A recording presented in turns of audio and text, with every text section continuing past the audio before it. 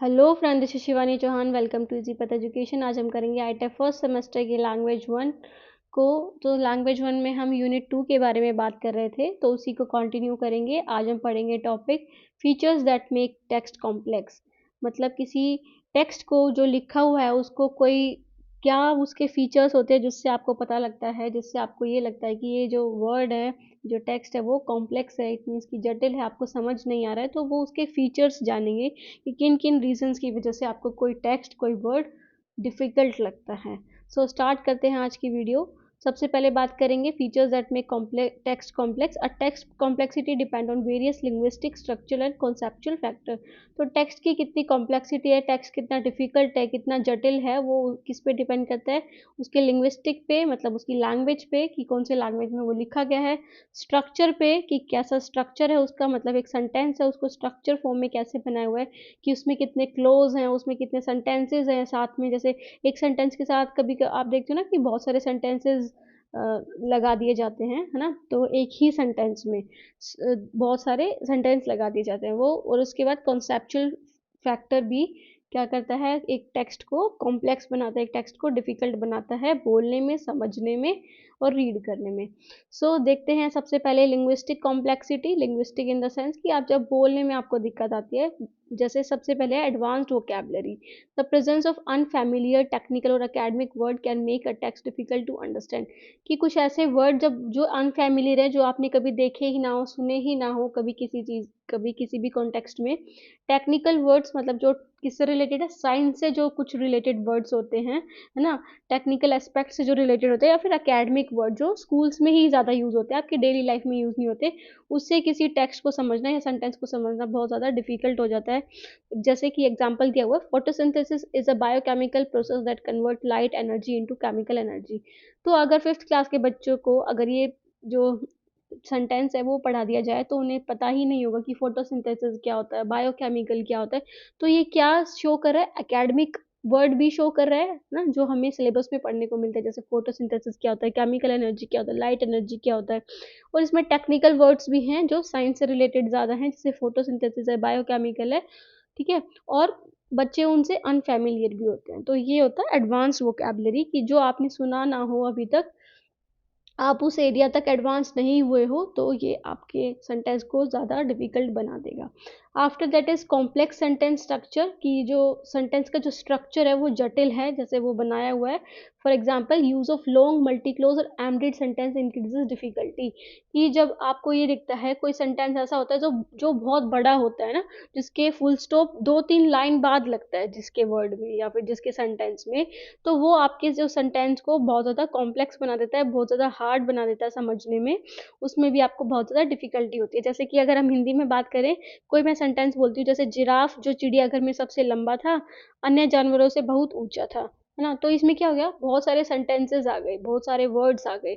तो ये क्या है, एक तरह से कॉम्प्लेक्स बना देता है वर्ड को। जैसे कि ऑल्दो मल्टी क्लॉज क्या होता है, जब एक ही किसमें सेंटेंस में बहुत सारे वर्ड्स आ जाए, है ना? बहुत सारे वर्ड आ जाए, या फिर इंडिपेंडेंट क्लोज आ जाए, डिपेंडेंट क्लोज आ जाए, 2 इंडिपेंडेंट क्लोज आ जाए या 2 डिपेंडेंट क्लोज आ जाए, ऐसे बहुत सारे क्लोज आ जाए। सो उसके बाद है एम्बेडेड सेंटेंसेस, मतलब जो छुपे हुए होते हैं, या फिर बीच में जो सेंटेंस, जैसे अभी मैंने जो एग्जांपल बताया ना, जिराफ जो चिड़ियाघर में सबसे लंबा था, अन्य जानवरों से बहुत ऊंचा था। तो इसमें जिराफ और जिराफ तो एक हो गया सेंटेंस, सॉरी एक एक टेक्स्ट हो गया। उसके बाद कोमा लगा के फिर हम दूसरा बोलेंगे कि जो चिड़ियाघर में सबसे लंबा था। ये जो बीच वाला जो सेंटेंस होगा वो एम्प्टीड होगा, है ना? अंतर्निहित जिसे बोलते हैं। सो इससे भी डिफिकल्टी बढ़ जाती है। जैसे इसमें एग्जांपल दिया है, although the experiment was initially unsuccessful. कि एक्सपेरिमेंट पहले तो अनसक्सेसफुल हो गया था, the researcher modified the procedure. Researcher ने फिर उस प्रोसीजर को, स्टेप को मॉडिफाई करा, दोबारा से देखे कि क्या क्या कमियां थी, which eventually led to ground breaking discoveries. तो जिसके बाद क्या हो गया, एकदम से हमें बहुत सारी डिस्कवरीज देखने को मिली, मतलब उस प्रोसीजर के ठीक होने के बाद। तो इसमें क्या हो रहा है, मल्टी क्लोज है ना। Although the experiment was initially unsuccessful, एक हो गया। दूसरा, the researcher modified the procedure, 2 हो गया। तीसरा, eventually led to ground breaking discoveries. तो इसमें इंडिपेंडेंट और डिपेंडेंट बहुत सारे क्लॉजेज हो गए, मल्टी हो गए, मतलब दो से ज़्यादा हो गए, जिससे जो टेक्स्ट की डिफिकल्टी है वो ज़्यादा बढ़ गई। After that is figurative language. तो फिगरेटिव लैंग्वेज क्या होती है?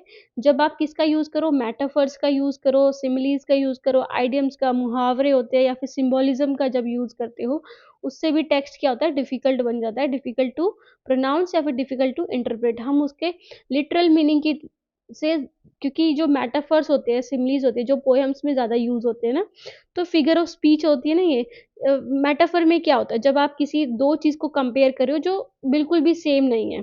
फॉर एग्जाम्पल आपने सुना होगा, जब आप हिंदी में बोलते हो कि ये मेरे बस की बात नहीं है, तो आप इसको इंग्लिश में कैसे बोलोगे? It is not my cup of T, है ना? तो ये क्या है ये? अब मेरे बस की बात नहीं और माई कप ऑफ टी, ये तो कोई एक तरह से मैच ही नहीं कर रहा, है ना? तो ये होता है मेटाफर। जब कोई दो चीज़ें अनरिलेटेड, आप अन अलाइक हैं, अलग हैं, उसको आप क्या कर रहे हो? रिलेट कर रहे हो। जैसे कि my heart is a bottomless ocean of love, है ना? अब हार्ट को आप बॉटमलेस ओशन से कैसे यूज़ कर सकते हो, फिर लव को ओशन से कैसे यूज़ कर रहे हो? तो ये हो गया मेटाफर। उसके बाद है सिमिली। सिमिली क्या होता है? सिमिली से something is like something else, कि कुछ चीज़ हम बोलते हैं ना कि किसी की जैसे दिखती है, जैसे कि as big as mountain, as long as giraffe, है ना? तब हम किसी से कंपेयर करते हैं जो एक दूसरी चीज़ के जैसे दिखती है ना? तो हम बोलते हैं ना किसी इंसान को ये तो बहुत ही लंबा है, जिराफ के जैसा, तो एज़ लॉन्ग एज़ जिराफ, है ना? तो ये क्या होती है? सिमिली। तो ये ऐसे जो वर्ड्स होते हैं उसमें जो इंटरप्रेटर होता है, जो समझने वाला होता है, रीडर होता है, वो उसका लिटरल मीनिंग से आगे जा ही नहीं पाता। अब किसी इंसान को ये बोल दो, it is not my cup of T, तो अगर उसने इसके बारे में सुना ही नहीं होगा कि कप ऑफ टी होता क्या है, तो वो उसको उसका लिटरल मीनिंग ही ट्रांसलेट कर पाएगा। कप ऑफ टी क्या होता है? किसका? चाय का कप, है ना? तो ऐसे उसको ट्रांसलेट करेगा।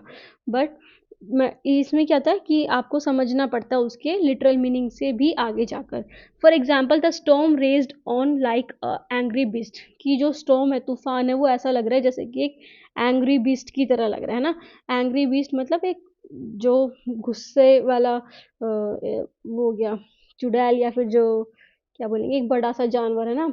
तो उसकी तरह लग रहा है। तो यहाँ पे क्या यूज़ हो रही है? सिमिली यूज़ हो रही है ना, कि आप एंग्री बीस्ट को किससे कंपेयर कर रहे हो? स्टॉर्म से। ओके, ये था। फिर उसके बाद आता है स्ट्रक्चरल कॉम्प्लेक्सिटी। तो स्ट्रक्चरल कॉम्प्लेक्सिटी क्या होता है? उसके बेसिस पे भी दिए हुए हैं। तो सबसे पहले नॉन लीनियर ऑर्गेनाइजेशन। इसमें क्या होता है? नॉन क्रोनोलॉजिकल टेक्स्ट होते हैं। क्रोनोलॉजी मतलब जब आप 1 2 3, है ना, जब पैटर्न में होती है। बट नॉन क्रोनोलॉजिकल, कि कभी कोई ईयर कभी आ रहा है, कोई ईयर कब आ रहा है ना, तो क्रोनोलॉजी में नहीं होते, एक तरह से संख्या उनकी आगे पीछे नहीं होती। So flashback and multiple perspective increases complexity. तो ऐसे जब आप चीज़ें पढ़ते हो जो नॉन लीनियर में होती हैं, जो एक लाइन में नहीं होती है ना, एक स्पेसिफिक क्राइटेरिया में नहीं होती, तो उससे भी डिफिकल्ट हो जाते हैं आपको किसी सेंटेंस को समझना है, किसी चीज़ को समझना। For example, a novel that jumps between past and present timeless, कि एक ऐसी नोवेल जो कभी तो पास्ट की बता रही है, कभी पास्ट के बारे में बता रही है, कभी प्रेजेंट के बारे में बता रही है। तो होच पोच सा हो रहा है सब कुछ, कि कभी प्रेजेंट आ रहा है, कभी पास्ट आ रहा है। जैसे कुछ मूवीज भी ऐसी बना देते हैं जो बिल्कुल बोरिंग हो जाती है और जो क्लूलेस सी हो जाती है, जिससे कुछ समझ ही नहीं आता है ना, कि कभी पास्ट को दर्शा रहे हैं, कभी प्रेजेंट को दर्शा रहे हैं। ओके, फिर उसके बाद है dense information and heavy detail. तो डेंस इंफॉर्मेशन और हैवी डिटेल की वजह से भी आपके स्ट्रक्चर में कॉम्प्लेक्सिटी आ जाती है। So academic and technical text often contain dense paragraph, की जो एकेडमिकल टेक्स्ट होते हैं, फिर टेक्निकल टेक्स्ट होते हैं, वो डेंस पैराग्राफ मतलब उसमें बहुत बड़े बड़े पैराग्राफ्स लिखे होते हैं, जो समझना बहुत ज़्यादा मुश्किल हो जाता है, जिसमें काफ़ी सारी इन्फॉर्मेशन होती है। So for example, research paper की बात करो आप, साइंटिफिक आर्टिकल की बात करो, फिर लीगल डॉक्यूमेंट की बात करो, तो ये सारी जो चीज़ें हैं वो कौन ही समझ सकता है? जो उस एरिया से रिलेटेड हो गया ना। अगर हम इन सारी चीज़ों के बारे में पढ़ेंगे, जो जिसको साइंस के बारे में ज़्यादा नॉलेज नहीं है, फिर लीगल इन्फॉर्मेशन के बारे में ज़्यादा नॉलेज नहीं है, तो उसके लिए वो स्ट्रक्चर है, उसके लिए जो वो टेक्स्ट है, वो ज़्यादा कॉम्प्लेक्स बन जाएगा। ओके, उसके बाद है implicit ideas and hidden meaning. जब किसी टेक्स्ट में कुछ हिडन मीनिंग दिया होता है, मतलब जो समझ आना एक तरह से डिफ़िकल्ट है ना, वो आपको उसके कैसे पता चलेगा? उसका बिल्कुल निचोड़ निकाल के, some text don't directly state their main idea, कि कुछ टेक्स्ट ऐसे होते हैं जो मेन आइडिया डायरेक्टली नहीं बोलते, requiring reader to inform meaning, reader से ही एक तरह से रीडर को ही निकालना पड़ता है उसका मीनिंग पढ़ के। For example fables and allegories example, Orwell's Animal Farm as a political satire. तो ये जो एनिमल, ऑरवेल ने जो एनिमल फार्म लिखा है, एनिमल फार्म के बारे में लिखा है, उसने उसमें एनिमल को दर्शा रखा है किसकी, उससे पॉलिटिकल जो एस्पेक्ट्स है या फिर पॉलिटिशियंस है उसकी हेल्प, उसको लेकर के दर्शा रखा है, एनिमल की हेल्प लेकर के। तो ये कैसे समझ में आएगा, तब आप उसके बारे में जानते हो, पॉलिटिक्स के बारे में जानते हो, कैसे उसने क्या क्या वर्ड यूज कर रखे हैं ना राइटर ने। तो ये सारी चीजें, फेबल्स जैसे स्टोरीज या फिर कहानियां होती है ना छोटी छोटी, और एलिगोरीज भी वही जो आपको किसके बारे में बताती हैं, कुछ कहानियों के बारे में बताती हैं। ओके, तो ये फिर सॉल्यूशन क्या है इसका, कि कैसे पता लगा सकते हैं। सो identify context clues, themes and authors purpose. तो हम ऐसे करके सॉल्यूशन निकाल सकते हैं, क्या बता सकते हैं कि ये जो पोयम है या फिर स्टोरी है वो क्या कहना चाह रही है। जैसे कॉन्टेक्स्ट के क्लूज है कि कौन से कॉन्टेक्स्ट में वो बात कर रहा है, किस विचार को लेकर के वो बात कर रहा है, क्या थीम है उस पोयम की या स्टोरी की, नोवेल की, या फिर ऑथर का क्या पर्पस है, जो लिख रहा है उसका क्या पर्पस है इसको बताने का। सो इसके थ्रू वो क्या बता सकता है, ये सारी चीज़ें बता सकता है। उसके बाद है कॉन्सेप्चुअल, उसके बाद है कॉन्सेप्चुअल कॉम्प्लेक्सिटी। तो third one is the conceptual. अभी हमने पढ़ा था सबसे पहले लिंग्विस्टिक कॉम्प्लेक्सिटी की वजह से हो सकता है कोई टेक्स्ट कॉम्प्लेक्स, दूसरा हमने पढ़ा स्ट्रक्चरल कॉम्प्लेक्सिटी की वजह से हो सकता है। आफ्टर दैट इज कॉन्सेप्चुअल की कॉन्सेप्ट की वजह से, जैसे सबसे पहले आता है एब्स्ट्रैक्ट एंड थ्योरेटिकल कॉन्सेप्ट की, कुछ कॉन्सेप्ट ऐसे होते हैं जो एब्स्ट्रैक्ट होते हैं, जो आप मन में ही सोच सकते हो, जो लिखे नहीं होते, कॉन्क्रीट रूप में नहीं होते। जैसे philosophy, science and advanced academic text often discuss abstract ideas की, जो ऐसे कॉन्सेप्ट होते हैं, जैसे फिलोसफी जो दर्शन बताती है, जो आपके आइडियाज को बताती है, कैसे आप विचार करते हो साइंस के बारे में, और ऐसे टेक्स्ट जो हैं वो एब्स्ट्रैक्ट आइडियाज को डिस्कस करते हैं, मतलब आप उसको मन में सोच सकते हो बट उसको लिख नहीं सकते, या फिर लिखोगे तो आपको वो समझ नहीं आएगा कि वो क्या कहना चाह रहे हैं। फॉर एग्जाम्पल ये एग्जिस्टेंशियलिज्म है, एक फिलोसफी है जिसमें जो चीज़ एग्जिस्ट करती है उसी को ही मानते हैं। तो ये एक्सप्लोर करती है human purpose and free will, कि ह्यूमन का क्या पर्पस है ना, और फ्री विल की कोई भी कुछ भी कर सकता है। मतलब एग्जिस्टेंशियलिज्म मानती है कि जो चीज़ एग्जिस्ट करती है वही चीज़ रियल है। सो इसका सॉल्यूशन क्या है, कि आप कैसे समझोगे इस चीज़ को, आपने पढ़ा नहीं होगा तो आपको नहीं पता चलेगा कि एग्जिस्टेंशियलिज्म होती क्या है ना, तो आप इस सारे वर्ड को भी नहीं समझ पाओगे। सो इसका सॉल्यूशन क्या है, break concept into simpler terms, कि आप ये जो कॉन्सेप्ट है इसको छोटे छोटे या सिंपल टर्म में बांट लो, and relate them to real life examples, और अपने रियल लाइफ एग्जांपल से इनको रिलेट करके सॉल्व कर सकते हो। उसके बाद आता है मल्टीपल लेयर ऑफ मीनिंग, कि कुछ जो सेंटेंस होते हैं, टेक्स्ट होते हैं, उसकी मल्टीपल लेयर ऑफ मीनिंग होते हैं, मतलब बहुत सारे मीनिंग्स होते हैं, है ना। Text with symbolism, allegory and multiple interpretation require deep analysis, कि कुछ वर्ड्स ऐसे होते हैं जिसके बहुत सारे मीनिंग होते हैं, कुछ क्या बहुत सारे वर्ड ऐसे होते हैं तो जो सिंबलाइज करके किसी चीज़ को दर्शा रहा है या फिर कहानियों के थ्रू दर्शा रहा है, जैसे प्रतीक कथा या फिर प्रतीक चित्र के तरह, है ना, एक तरह से स्टोरीज के, और या फिर मल्टीपल इंटरप्रिटेशन की, उसके जो इंटरप्रिटेशन है आप निकाल रहे हो, उसका सॉल्यूशन वो बहुत तरीके से निकल रहा है।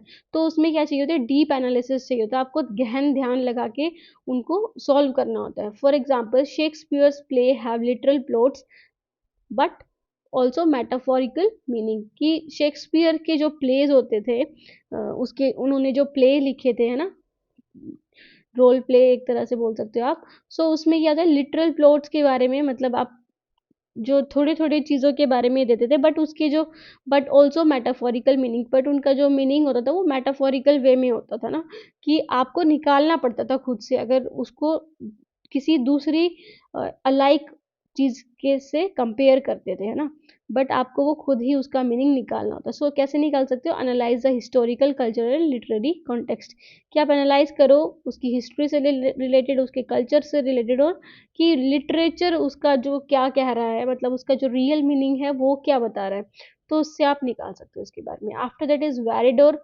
फैमिलियर जॉनरे, तो आप क्या कर सकते ये क्या है, वैरिड और अनफैमिलियर जॉनरे, कि आपको जिस जॉनरे क्या होता है, जैसे आपने मूवीज देखी होंगी ना नेटफ्लिक्स वगैरह पे, तो उनका सबका जॉनरे होता है, जो कोई कॉमेडी होती है ना, कोई स्पोर्ट्स रिलेटेड रिलेटेड होती है, कोई ऑटोबायोग्राफी होती है ना, तो हर अलग अलग चीज से रिलेटेड होती है, कोई गोस्ट से रिलेटेड या फिर और रियल स्टोरीज से रिलेटेड होती है ना, तो हॉरर मूवीज वगैरह, तो ये सारी चीजें उनके जॉनरे हो गए।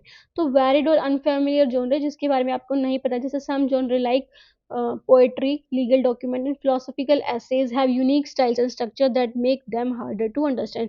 कि कुछ जॉनरेज ऐसे होते हैं जैसे पोएट्री का या फिर लीगल डॉक्यूमेंट का या फिर फिलोसॉफिकल एसेज जो होते हैं, जो फिलोसफीज पे डिपेंड होते हैं, जैसे आइडियलिज्म पे डिपेंड हो गए, नेचुरलिज्म पे डिपेंड हो गए ना, बिहेवियरिज्म पे। तो ये सारी जो फिलोसफी है वो भी बहुत ज़्यादा यूनिक स्टाइल से लिखी जाती है, और जिससे उनका जो स्ट्रक्चर समझना है वो बहुत हार्ड होता है बस। ठीक है, तो उसका सॉल्यूशन क्या है, understand genre convention before reading, कि आप उसके बारे में पढ़ो पहले, कि आपने जैसे आप पढ़ रहे हो नेचुरलिज्म के बारे में, तो आप नेचुरलिज्म के बारे में पढ़ने से पहले उसके बारे में देखो कि कहना क्या चाह रहा है ना, तो उसके बारे में उसकी जो हिस्टोरिकल चीज़ें हैं उसको देखो, फिर उस पैराग्राफ को पढ़ोगे तो आपको अच्छे से वो चीज़ समझ में आ जाएगी। सो ये था कॉन्सेप्चुअल कॉम्प्लेक्सिटी। तो यही तरीके थे जिसकी वजह से क्या हो जाता है, कोई टेक्स्ट कॉम्प्लेक्स हमें देखने को मिलता है, आप बोलते हो ना कि ये तो मैम समझ ही नहीं आ रहा है, हम क्या बताएं इसमें, है ना, हमें नहीं पता चल रहा कि क्या चीज़ लिखी हुई है। सो वो इन्हीं चीज़ों की बेसिस पे होती है, किस किस बेसिस पे, लिंग्विस्टिक कॉम्प्लेक्सिटी की वजह से, दूसरा स्ट्रक्चरल कॉम्प्लेक्सिटी की वजह से, and the third one is conceptual complexity की वजह से।